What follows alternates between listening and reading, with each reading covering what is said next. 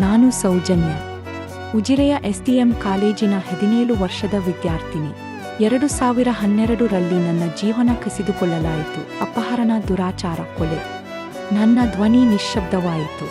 ಆದರೆ ನನ್ನ ಆತ್ಮ ಇನ್ನೂ ಕೇಳುತ್ತಿದೆ, ನನಗೆ ನ್ಯಾಯ ಸಿಗುತ್ತದೆಯೇ?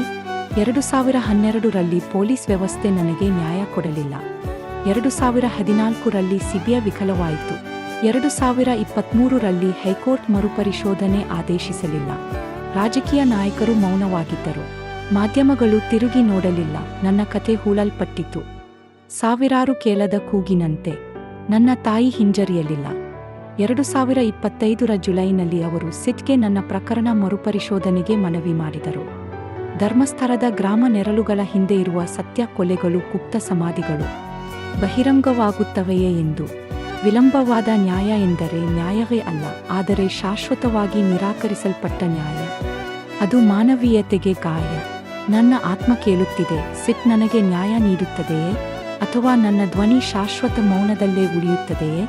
ನಾನು ಸೌಜನ್ಯ, ನಾನು ಕಾಯುತ್ತಿದ್ದೇನೆ ನ್ಯಾಯಕ್ಕಾಗಿ.